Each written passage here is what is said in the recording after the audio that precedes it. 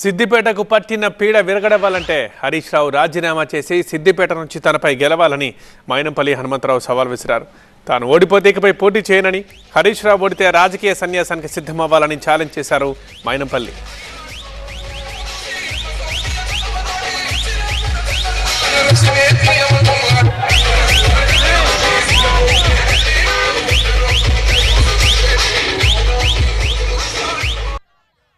హరీష్ రావుకు ఒకటే విజ్ఞప్తి చేస్తా ఉన్నా, మైనంపల్లి పీడ పోవాలంటే నువ్వు రాజీనామా చెయ్యి.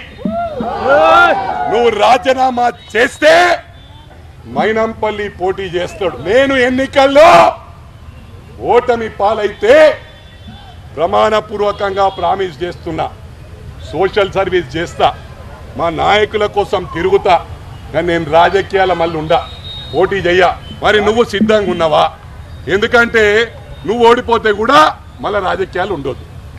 అప్పుడు దీనికి పట్టిన శని 40 సంవత్సరాల నుంచి, ఎందుకంటే మీ మామ మంత్రి ఉన్నప్పుడు కానీ ఎమ్మెల్యే ఉన్నప్పుడు కానీ పిఏ ఉన్నావు, అప్పటి నుంచే నీ దరిద్రం పీడబోతుంది, నీ శని సిద్దిపేటకు విరగడవుతుంది.